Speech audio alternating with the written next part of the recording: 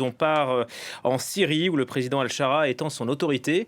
Ses forces ont repris les provinces de Raqqa et de Deir ez-Zor, des régions dans le nord-est du pays, administrées depuis plusieurs années maintenant par les Kurdes, les FDS, qui ont plié bagages, sans combat, à la faveur d'un accord signé avec Damas, Wassim Nasr. Tout s'est déroulé en 48 heures seulement, hein. Tout s'est déroulé en 48 heures, mais il y a eu quand même des combats. Il y a eu quelques combats qui étaient quand même assez durs. On va regarder sur une carte pour voir exactement les évolutions donc, des dernières 24 heures. Donc sur cette carte, on va voir en vert clair les zones qui ont été investies par l'armée syrienne dans les dernières 48-24 heures.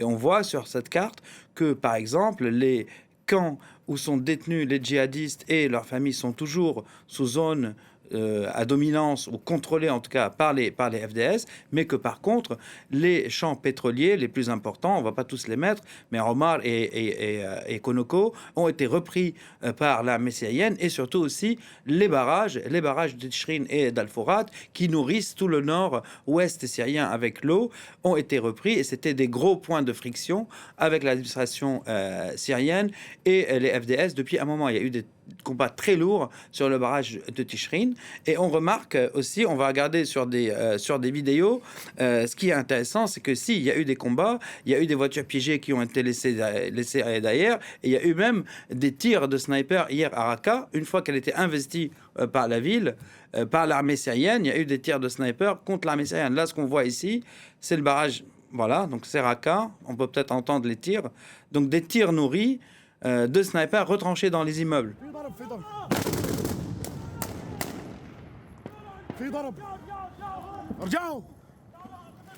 Et si vous me demandez pourquoi il y a des tirs alors qu'il y a eu un accord, parce que comme il y a eu un accord à Alep-Ville, il y a eu des affrontements après avec les récalcitrants des forces démocraticiennes, donc noyau dur YPG, dans les quartiers d'Ashrafi et Cheikh Maksoud.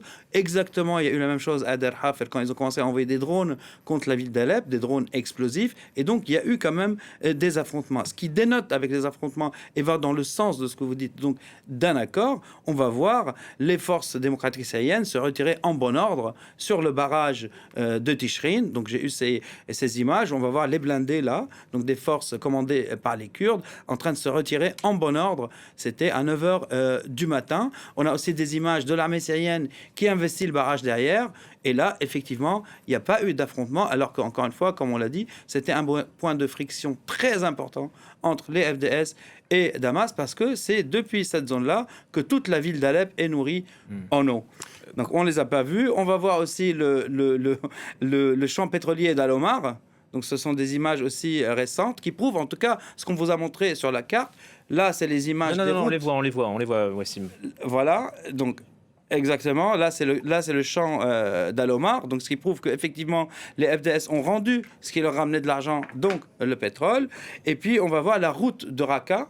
Donc entre Raqqa, mais les zones nord. Donc les zones nord, c'est une route qui est fermée depuis plusieurs années, qui a été rouverte. Là, c'est l'armée syrienne qui la traverse. Ça ne dit pas qu'il n'y a pas eu d'escarmouche en cours de route, mais en fait, il y a un déploiement sécuritaire syrien très important juste derrière l'armée. On va voir par ailleurs des photos de l'équipe de sécurité d'Alep qui gère Alep. Donc le chef de la sécurité intérieure d'Alep, le général Abdel Ghani et Abou Omar face à lui.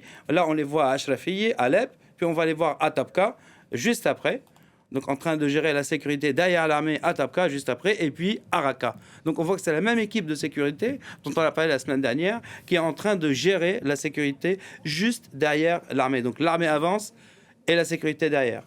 Défaite rapide, retrait rapide, aussi parce qu'il y a eu beaucoup de défections au sein des FDS, notamment des combattants arabes. Effectivement, ce que peu de gens savent, c'est que plus de 80% des effectifs des forces démocratiques syriennes à commandement kurde sont arabes, des arabes de cette région qui ont combattu l'État islamique et qui ont rejoint les rangs des FDS, que ce soit pour la paix ou pour des raisons parfois politiques ou intraclaniques. On va voir par exemple, dès qu'il y a eu le coup de feu et que l'armée syrienne a commencé à avancer, ils ont investi les locaux. Là, on va voir des forces démocratiques syriennes et ils mettent à terre la photo donc d'Abdallah Öcalan, fondateur du PKK.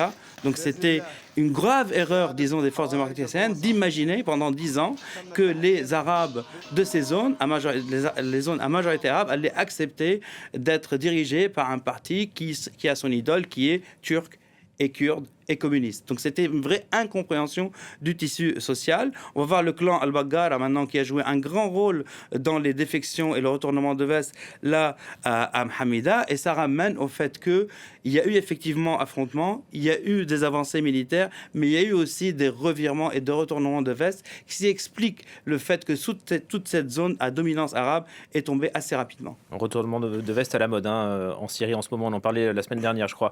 Concrètement, revenons sur cet accord qui a été signé, Wassim, nouvel accord donc entre les FDS et les autorités syriennes. Qu'est-ce qu'il contient? Effectivement, moi je dirais pas que c'est un nouvel accord. Je dirais que c'est un mécanisme de mise en marche de l'accord qui a été conclu le 10 mars dernier. Sauf que plus le temps passait, plus les forces démocratiques syriennes avaient moins de cartes en main vu les évolutions sur le terrain.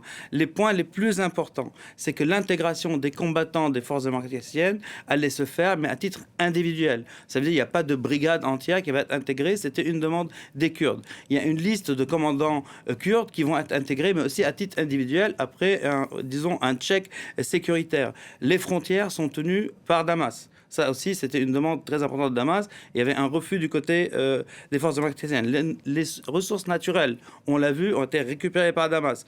Il y a aussi maintenant des mesures spécifiques pour les zones où il y a une majorité kurde, une vraie présence kurde, comme la zone de Kobané, très symbolique. Il n'y aura plus d'armement lourd, mais ça sera géré par les habitants de la zone, et aussi la zone de Hasakeh et de Kamishli. Il y aura une spécificité là-dessus. Mais le plus important dans cet accord, et là c'était une demande occidentale, américaine et française, et on va voir des images. L'armée syrienne arrive aux abords du camp Al-Hol. Donc ces images datent de ce matin.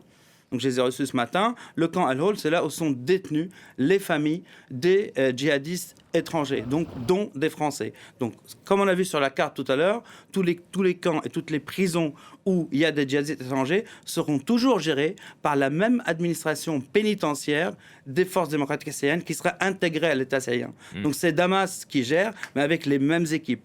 Et ça, c'était une demande occidentale, et c'est un fait très important qui a permis, en tout cas, à Damas d'accomplir ses faits militaires, mais aussi ses gains politiques, parce que maintenant c'est Damas, l'interlocuteur des puissances, des pays occidentaux, aussi dans le contre-terrorisme, parce qu'elle fait partie maintenant de la coalition anti-État islamique. Merci beaucoup Wassim pour votre analyse.